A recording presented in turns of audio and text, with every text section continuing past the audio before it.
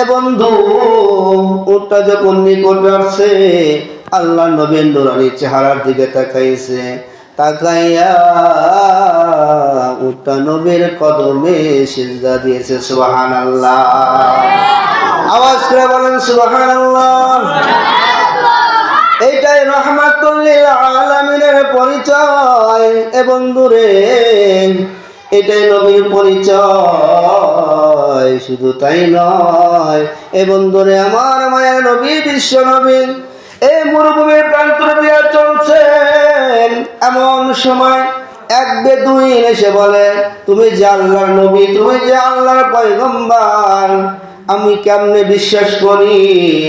আমাকে যদি এমন একটা অলৌকিক কিছু ঘটনা দেখাইতে পারো, এমন যদি কিছু আমাকে তুমি দেখাইতে পারো, তাহলে অবশ্যই আমি তোমার প্রতি ঈমান আনব। আমার ভাইজান, আমার বন্ধুরে,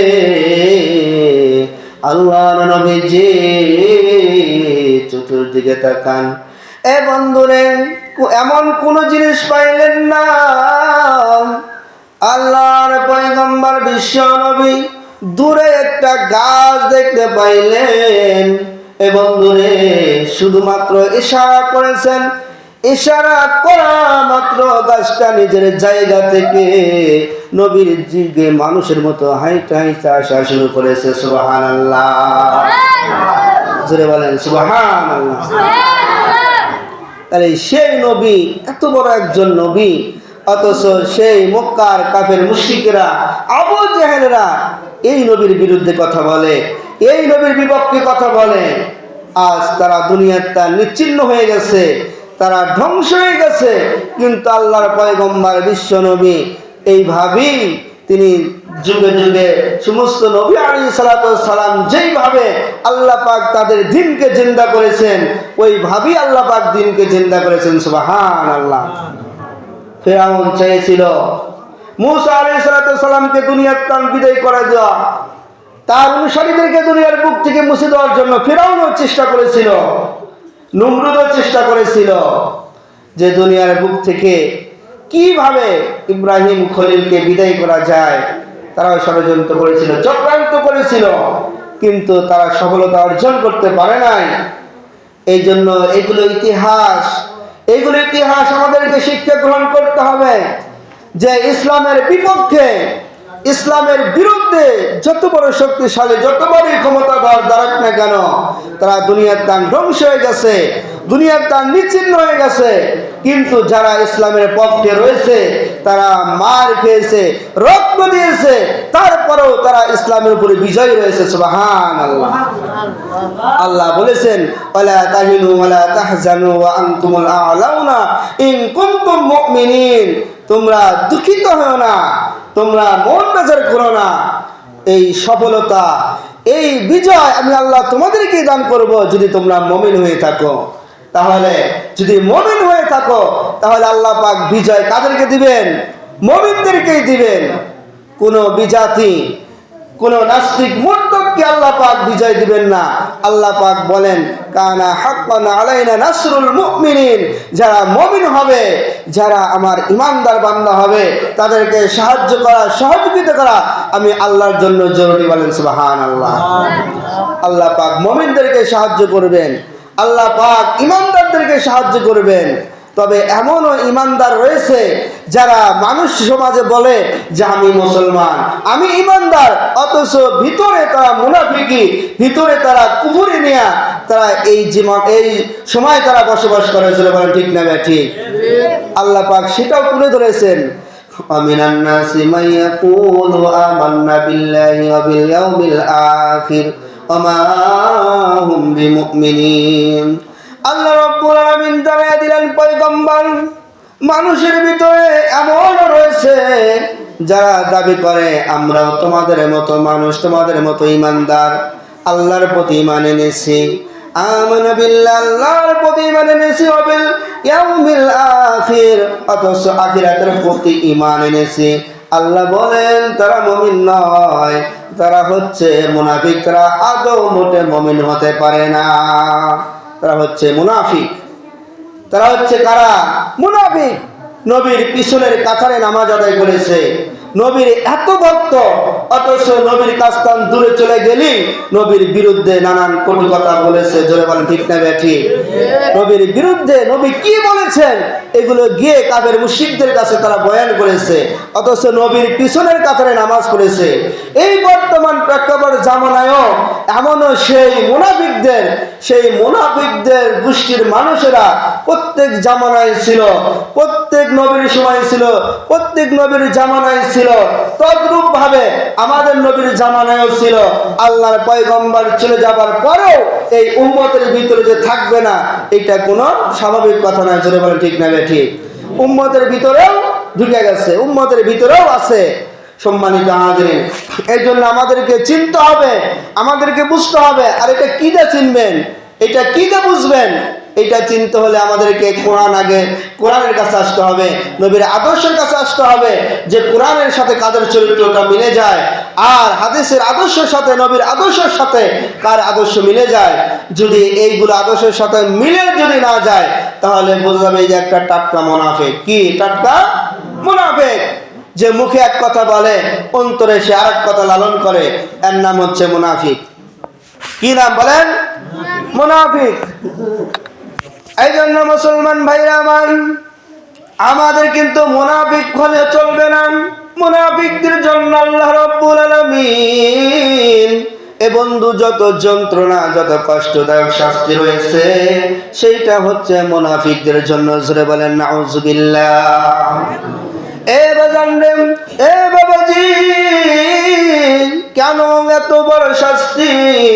এ বন্ধু, আমার নবী, মায়ার নবী, বিশ্ব নবী বলেছেন, ওই কাফের মুশরিক, ওই ইহুদি নাসারা যত প্রকার বিধর্মী রয়েছে, এ বন্ধু রে, তারা মার্কা কাটা একটা দুশ্মন। জোরে বলেন ঠিক কিনা?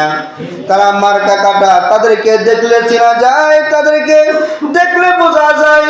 কিন্তু মুনাফিক এমন একটা জাত, এ বন্ধু, এই মুনাফিককে কিন্তু চেনা যায় না। জোরে বলেন ঠিক না বেটি? এই মুনাফিকদের চেনা যায় না। কেমনে চিনবেন? আমাদেরও লম্বা দাড়ি, তাদেরও লম্বা দাড়ি, আবার প্রথম কাতারে নামাজ পড়ে, আবার নামাজ পড়ে গেলেই হুজুরের বিরুদ্ধে কথা বলে, হুজুরের বিরুদ্ধে নানান ফতোয়া জারি শুরু করে। জোরে বলেন ঠিক কিনা? যেরকম পয়গম্বর আলাইহিস সালাতু ওয়াস সালামের পিছনে নামাজ আদায় করেছে, অথচ মসজিদান বের হলেই নানান মন্তব্য শুরু হয়ে গেছে। আমার ভাইদের, আমার বন্ধুগণ, ওই যে টুঙ্গির ময়দানে যারা নিরহ মুসলমান যারা ঘুমিয়েছিল, এ বন্ধু 2017-18 সালেও তারা কিন্তু তলবে আলেম, যারা নবীর ওয়ারিস, যারা নায়েবে রাসূল, তাদের প্রতি আক্রমণ করেছিল। বলেন ঠিক না বেটি? এইরকম তারাও তো আমাদের মতো দাড়িওয়ালা, জুব্বাওয়ালা, বড় বড় পাগড়ি। এ বন্ধু, ইসলাম তো এমন ভাবে জিহাদ করে নাই। এ বাজান, মুসলমানরা ঘুমায় গেছে। ওই জাহিলিয়াতের যুগে আল্লাহর পয়গম্বরের ঘর যখন অ্যাটাক করেছিল ওই কাফের মুশরিকরা, আবু জাহেল যখন আল্লাহর পয়গম্বরের ঘর অ্যাটাক করেছিল, আমার আল্লাহ রাব্বুল আলামিন পয়গম্বরকে জানিয়ে দিলেন, নবীজি, আপনি আজ রাত্রি আপনি হিজরত করে মদিনায় যাবেন। আল্লাহ রাব্বুল আলামিনের এই আদেশ পাওয়ার পর, এ বন্ধুরে, আলী রাদিয়াল্লাহু তাআলা আনহুকে ঘরের ভিতরে দায়িত্ব দিয়ে গেলেন। সমস্ত মাল সামানা আল্লাহ নবীজি, বিশ্ব নবী বলেছেন, এ আলী, এই মক্কার মানুষেরা আমার সাথে বিরোধিতা করে, আমার দুশমনি করে, আমার সাহাবাদেরকে কষ্ট দেয়, আমার সাহাবীদেরকে নির্যাতন নিপীড়ন করে, কিন্তু তারপরেও তারা আমাকে আল আমিন বিশ্বাস করে, আমার কাছে আমানত রাখে। এ আলী, তোমার কাছে সব আমানতগুলো আমি দিয়ে গেলাম। সকালবেলা সমস্ত কাফের, সমস্ত মুশরিকদের এই আমানতগুলো বুঝাইয়া দিবা, এইটা যেন মনে না করে নবী চলে গেছে, আমাদের টাকাগুলো মাইরা নিয়ে গেছে। জোরে বলেন নাউজুবিল্লাহ। আজ আমরাও মনে করতেছি যারা বাংলাদেশ থেকে পাইলে গেছে, যারা পলিয়ে গেছে, তারা কি টাকা পয়সা ছুঁয়ে গেছে না আগিয়ে নিয়ে গেছে? এগুলো বললি তো হুজুরের ব্যাপারে কি বলেন? দেখেন তো, আমার নবী বলেছেন, যে আমার এই আমানত আমার নবী চাইলে তো নিয়ে যেতে পারতো, পারতো কি পারতো না বলেন? আল্লাহ নবীজি আলীর কাছে সবগুলো বুঝাই দিয়ে গেলেন। আর আমাদের দেশের লোকের অবস্থা কেমন? আজ বর্তমান জামানায় বন্ধুরে এমন অবস্থা হয়ে গেছে, ওই যেই রকম শরীর শাসকের সময় ছিল এখন ওই রকম হয়ে গেছে। কোরআনের মজমা আলেম ওলামা আলোচনা করতে পারতেছে না, ক্ষমতায় যাই নাই তার আগে চেয়ার গরম হয়ে গেছে। জোরে বলেন ঠিক না বেটি? ক্ষমতায় যাই নাই তার আগে চেয়ার গরম হয়ে গেছে। আমার বাজানে আমার বন্ধুরে এ বাজান আল্লাহর পয়গম্বর ডাক দে বলে আলী রে, ওই মানুষেরা মনে যেন না করতে পারে আমি নবী চলে গেছি সবার মালগুলো মাইরা খাচ্ছি, এই কথা যেন মনে না করে। তুমি সকালবেলা সবার আমানতগুলো পুঙ্খান্ন ভাবে বুঝে দিবা। আমার ভাইজান শোন, আল্লাহর পয়গম্বর বিশ্ব নবী আলীকে এই কথা বললেন। এবার আলী চিন্তা করে আমার নবী নিরাপদে, আমার নবী শান্তভাবে ওই জায়গা ত্যাগ করেছেন, একটা কাফের মুশরিক হতে পায় নাই। বলেন সুবহানাল্লাহ। এমন ভাবে অ্যাটাক করেছে মানুষ যাওয়ার ক্ষমতা নাই, অথচ আমার আল্লাহ এমন একটা কৌশল করে দিয়েছে যে আমার আল্লাহ পাক আমার নবীকে নিরাপদে বের করেছে, তারা মোটেও টের পায় নাই। সুবহানাল্লাহ। আমার নবী আলীকে দায়িত্ব দিয়ে গেলেন। এ বন্ধু ওই কাফের মুশরিকরা জানে না, ওরা মনে করছে আল্লাহর পয়গম্বর ঘরের ভিতরেই আছে বাজান। এবার কিছু লিডার, কিছু যুবক পোলাপান ডাকতে বলে, লিডার এই রাতে আমরা তাকে কতল করে ফেলবো, দিন হওয়ার সুযোগ দেওয়া যাবে না, আগেই তাকে শেষ করব। কিন্তু লিডার আবু জাহেল ডাকতে বলে, না না, ঘুমন্ত মানুষকে আঘাত করা, ঘুমন্ত মানুষকে মেরে ফেলা, এটা একটা কাপুরুষের কাজ। কিসের কাজ বলেন? কাপুরুষের কাজ। আর সেই কাজটাই কারা দেখাইছে জোরে বলেন? যারা সাতপন্থী, যারা সাদের অনুসারী, তারা এই কাপুরুষের কাজ তারা দেখাই দিয়েছে যে ঘুমন্ত মানুষকে আক্রমণ করে এটা তারা প্রমাণ করে দিয়েছে যে তারা আসলে কিনা মুমিন না, তারা মুসলমান না। সম্মানিত হাজিরিন, আমার ভাইজান আমার বন্ধুগণ, আবু জাহল ডাকতে বলতেছে, না না না, এই অবস্থায় মারা যাবে না, সকাল হলে পরে আমরা কতল করে দিব। আমার এই দিকে আল্লাহ নবী নিরাপদে সে হিজরত করে মদিনার দিকে রওনা করেছেন। আমার ভাই জান, আমি এই দিকে যাব না। এ বন্ধুরে, এবার ইহুদি চিন্তা করে, ইহুদিরা এই তো উটটা পাগল হয়ে গেছে, আল্লাহ নবীকে আক্রমণ করবে, দুনিয়াতে বিদায় করে দিবে। কিন্তু যখন সামনে আসছে, এ বন্ধুরে, উটটা আমার নবীকে আক্রমণ না কইরা নবীর নুরানি চেহারার দিকে একবার তাকাইয়া সাথে সাথে নবীর কদমে সিজদায় পড়েছে। সুবহানাল্লাহ।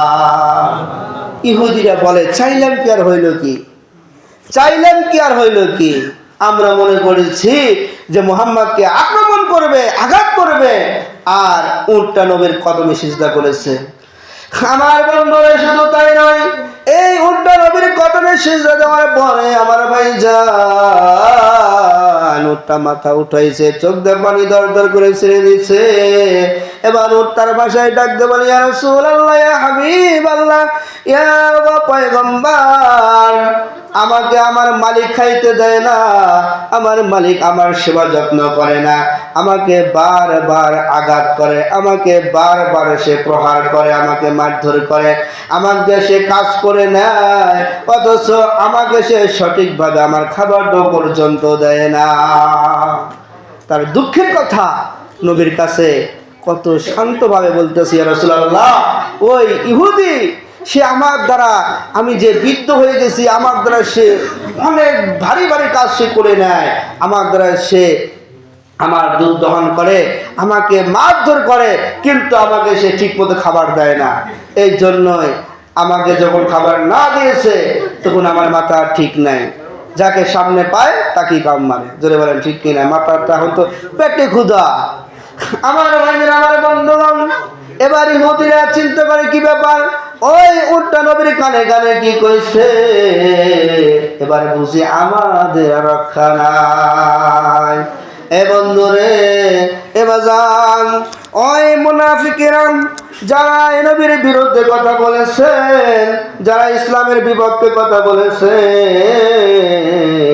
এই দুনিয়ায় তাদের কোনো অস্তিত্ব নাই। আমার আল্লাহ পাক সরাসরি যারা এই কোরআন যারা শিক্ষা করেছেন, যারা নবীর ওয়ারিস, যারা নবীর আদর্শের প্রতি যারা চলেছেন, আল্লাহ পাকের মদদ সরাসরি তাদের উপর নাজিল হয়ে গেছে। সুবহানাল্লাহ।